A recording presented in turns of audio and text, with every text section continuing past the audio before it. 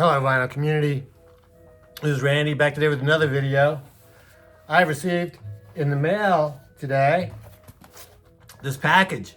I'm gonna open it and show you what's in here. So yeah, I think this is really, I think it's not sealed too much at all.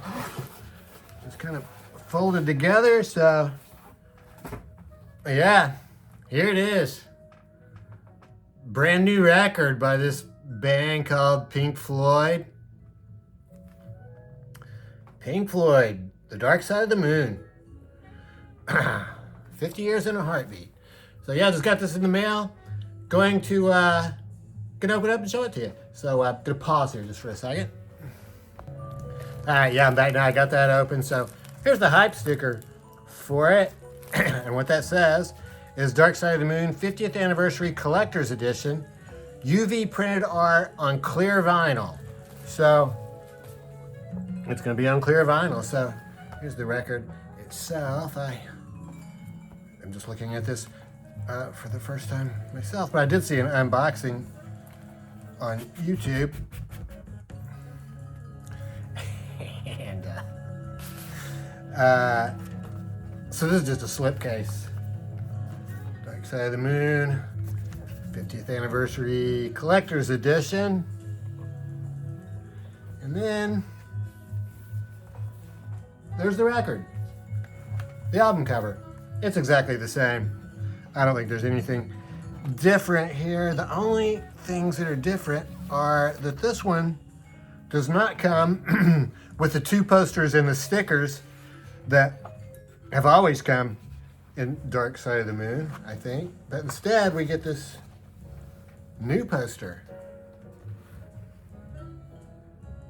Pink Floyd, The Dark Side of the Moon. That's extremely cool, and I may actually think about getting that one framed because I don't think I've ever really discussed Pink Floyd on my channel before, but they really are one of my favorite bands. I already have a couple of copies of Dark Side of the Moon, but well, for instance, in this contest that's going on now, 5 records that you've listened to 100 times or more. I mean, Dark Side of the Moon just absolutely would be one for me. And I can tell you when Steve Carlson had his first contest, I guess it must have been 4 or 5 years ago, his first contest, his contest was show me your go-to records. And my number one go-to record was Dark Side of the Moon. I am a big fan of this record. So here is side 1. So I guess the story with this is that it's clear vinyl and the music is only on one side.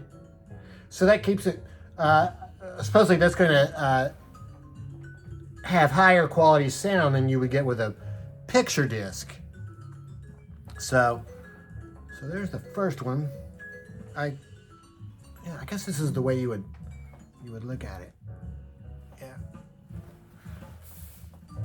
So it becomes a 2-record set at 33 RPM. So, and then the other one. So the designs on them are very much like what was on that poster. So it's extremely cool. I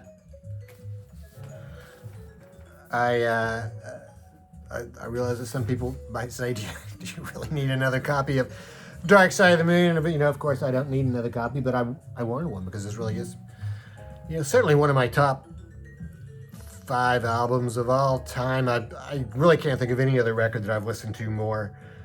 And I really like it, so I wanted to get this one. I also agree with people who say, you should try and support some new artists instead of just spending money on all these same old records. But, I feel like occasionally I buy some music by some new artists, so I don't feel too bad about that. So, anyway, that's Dark Side of the Moon. I've gotten some other records here in the last couple weeks. I'm going to go ahead and show those to you now. I got this copy of Runt. This is, I I guess I should have done some research. I think this is Todd Rundgren's first solo album. I think he did 3 with Nas,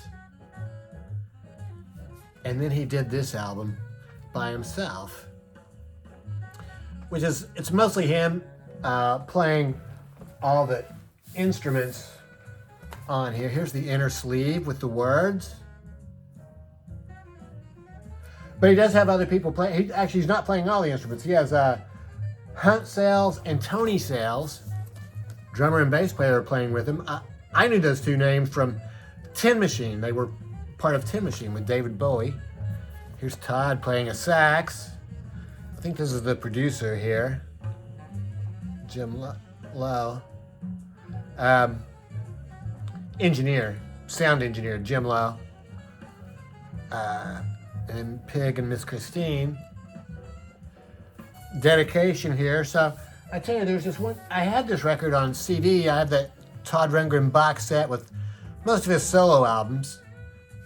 So I had it, but I wanted to get the vinyl because I just really don't listen to these CDs too much. So they are the same, but they changed the song order.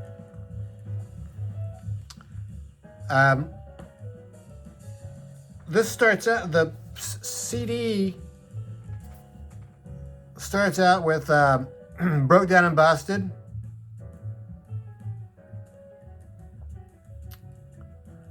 And then, Broke Down and Busted. And then, what is the next one here? Believe in Me. And on this inner sleeve, it shows it like that, starting out with Broke Down and Busted, and then Believe in Me. But the record itself is on this really cool red vinyl. Starts out with Devil's Bite, and then Believe in Me. So the song order is different, and I'm not sure why that is.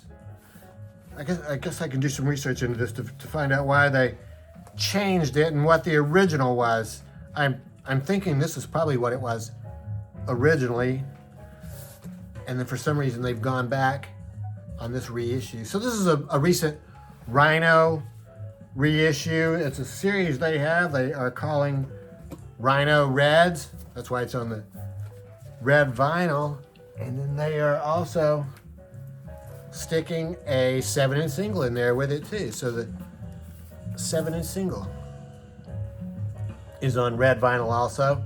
This label is obviously a Rhino label. So the single is the hit song, We Gotta Get You a Woman. And then the other side is Baby Let's Swing, The Last Thing You Said, Don't Tie My Hands. Those are all songs from the album too. So pretty cool. Rhino Reds. I like the red vinyl. Pretty big Todd fan. I've really been listening to some Todd recently quite a bit, so I was glad to get that one. I got this Tone Poet. This one is Sonny Rollins, A Night at the Village Vanguard, the complete masters. So this is just really cool. This is a 3-record set. You can see the LP1, LP2 to LP3. Here are liner notes from the original album.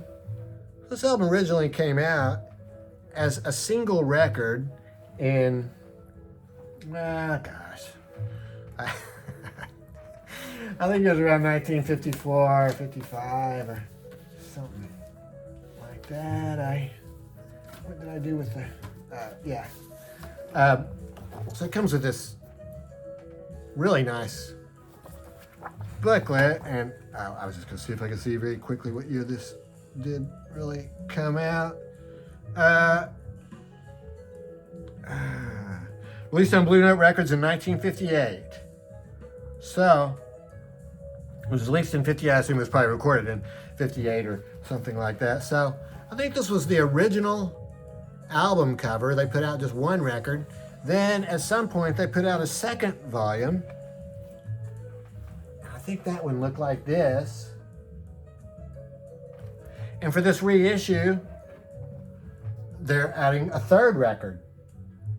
So you really get quite a bit of it. And it actually comes from 2 performances there that day. An afternoon performance with Pete LaRocca playing drums and Donald Bailey on bass. And then there was an evening performance too. That had Wilbur Ware on bass and Elvin Jones on drums. So here's Wilbur and Elvin down here along with Sonny over here on the side. We don't get pictures of the other people. And then here is a picture of Sonny there at the Village Vanguard. Here is another picture of Sonny. So it's really cool. I like the way they did these this 3-record set, the way it's formatted like that. And yeah, this is really just the ultimate tone poet so far. It's really nice book with lots of stuff to read in here. There's a really good picture. I've been to the Village Vanguard. Fantastic place. It's very small. They describe it here. And here you can see Rudy Van Gelder doing the recording. And you can see over there the tape recorder. And I think this is Alfred Leon, the guy who takes all the pictures. Alfred Lyon, the guy who takes all the pictures. So there's lots of discussion in here. Here's good pictures of Wilbur Ware and Philly Joe Jones. Was it Philly Joe or, well, anyway, there's another picture of Sonny there. More pictures. There he is again, talking to the crowd. Sonny Rollins has a very good sense of humor, and you can hear him talking some and introducing some of the songs. So this is just a trio. So there's no piano, there's no guitar. It's just a sax, drums, and bass. So it's basically Sonny playing just about the whole time. There's a couple of bass solos and a little bit of drum solo, but mostly Sonny playing the whole time that he's up there.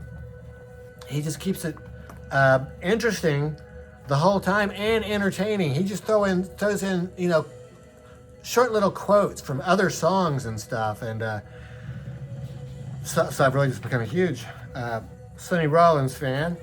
And then I guess a good thing about this new reissue is that it was recorded on this small tape recorder. Then Rudy Van Gelder evidently took it back to his studio, transferred that tape to another tape that he actually used to make the master. So it is, well,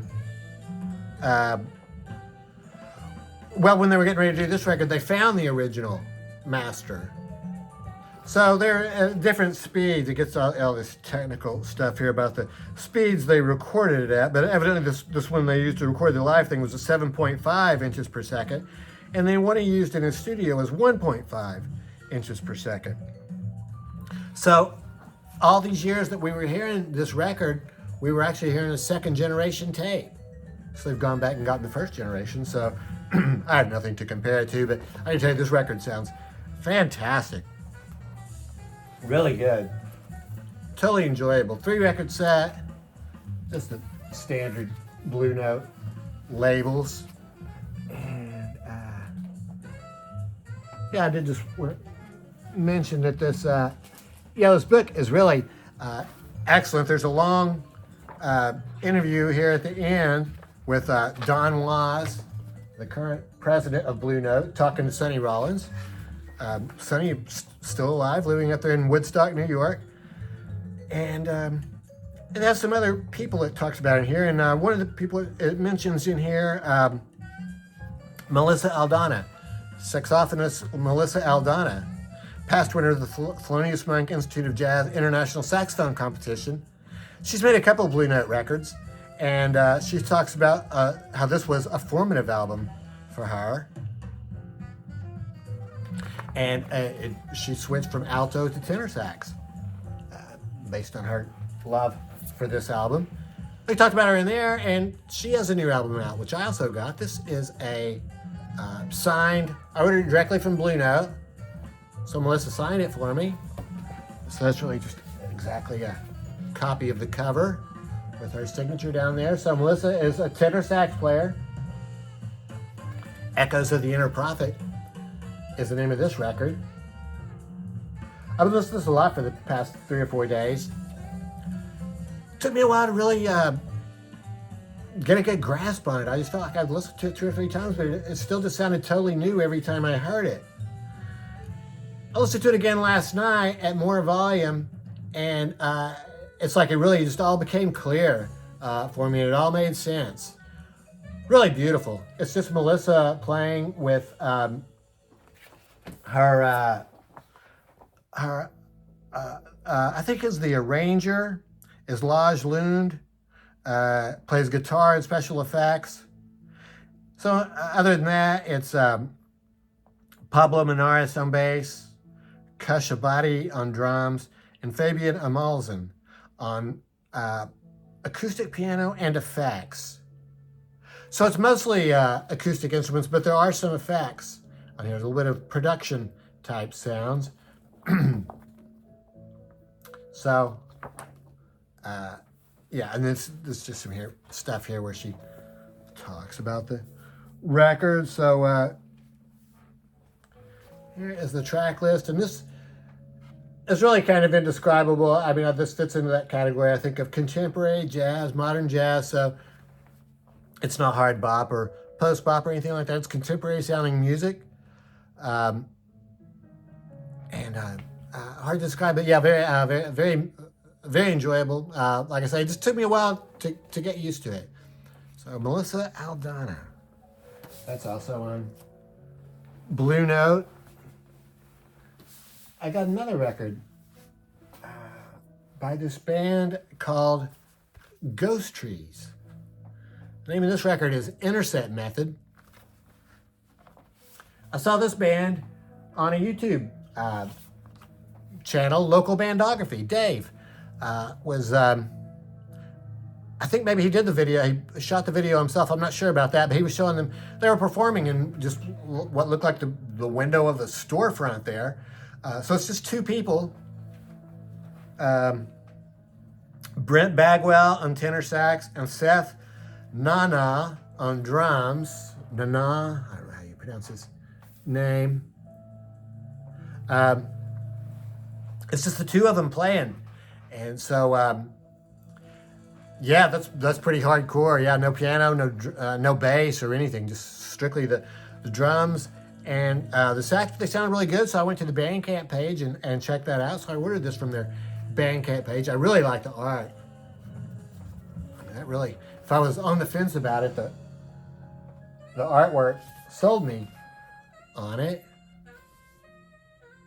So yeah, this is all just instrumental music, and I found it to be very engaging. Sax and drums. Oh, this really cool looking red vinyl, opaque red vinyl, as opposed to the Todd Rundgren record, which is more of a translucent red vinyl. Cool labels on those too. And this was recorded at Rudy Van Gelder's. I noticed that on the Bandcamp page too. They included a nice note for me, so thanks for that. And the last record I have to show you today is this new Joel Ross album, Nublues. That's what we've been hearing throughout this whole video. This is just fantastic. I mean, this is really what would I say? It reignites my faith in new jazz is being made now. So much of it is kind of like the Melissa Aldana, which, you know, I would say is more like contemporary jazz, which is cool and everything, but it doesn't swing. But this swings. And Joel Ross is a vibraphonist. I think this is his 4th album for Blue Note. I've gotten all 4 of them, and they're really good, but they're very heavy on the spirituality type thing. And on this one, he seems to have eased back on that a little bit. And he has done cover songs before. He had covered John Coltrane's After the Rain before. But on this one, he does a few more. So the very first song is called Early, which is really just sort of an introduction. But after that, he does Equinox, John Coltrane song, Equinox. I'm not sure which album that is from. Does a really good job on that. And then the song Melody, which is 12 minutes long on here. And I had actually seen a video of that on YouTube, Joel Ross performing Melody with, I assume it's his current band in that video. And that lasts for about 20 minutes in the video. I'm going to put a link down there in the description. It's really fantastic. It's really long. It goes on for a while. You have to have some patience with it. But it really pays off in the end. So fantastic. Melody. So that's at the end of side one. Then side two, he sort of gets into that spiritual thing again. It's okay. It's not bad. But I probably will not play that one too often. But on side C, he does the title cut in Nublues. Then You Know. And then a version of Thelonious Monk's Evidence, which is just fantastic. So those versions of Evidence and Equinox are just awesome. And then he closes with Central Park West, another Coltrane song. So, yeah, this is really, really excellent. All really well played. You would hardly know that the vibraphonist is the lead instrument on this. He shares so much with the other players. And I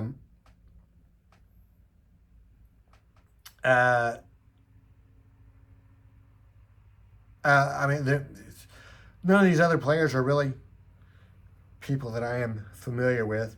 I'll tell you the only sort of an interesting or maybe slightly negative thing about this is side one is about 22 minutes. Side two is about 14 minutes, I think. Side three is about 22, 23 minutes long. That's the one that ends up with Evidence. But these three songs on side three all go together. They transition perfectly. Really beautiful transitions between each one. So they couldn't cut it out. So side four is only Central Park West. It's only about 4 minutes long. So, but I think the price charged for this was not, seems like it wasn't too bad. Not for a 2-record setting. I mean, I really like that artwork on there too. So, Joel Ross. Yep. And once again, Blue Note. So, so that's it. Those are the records that I've gotten. And look for that link for Joel Ross down there in the description. And yeah, I think that's it. Let me know what you think about these records. And I did go to Record Store Day and picked up some records then, but I haven't had a chance to listen to them all very thoroughly yet. So I'm going to make another video here in 2 or 3 days and show my Record Store Day records. So that should be cool. And yeah, I guess that's it. Let me know what you think about these, and I hope everybody's doing well. Thanks for watching.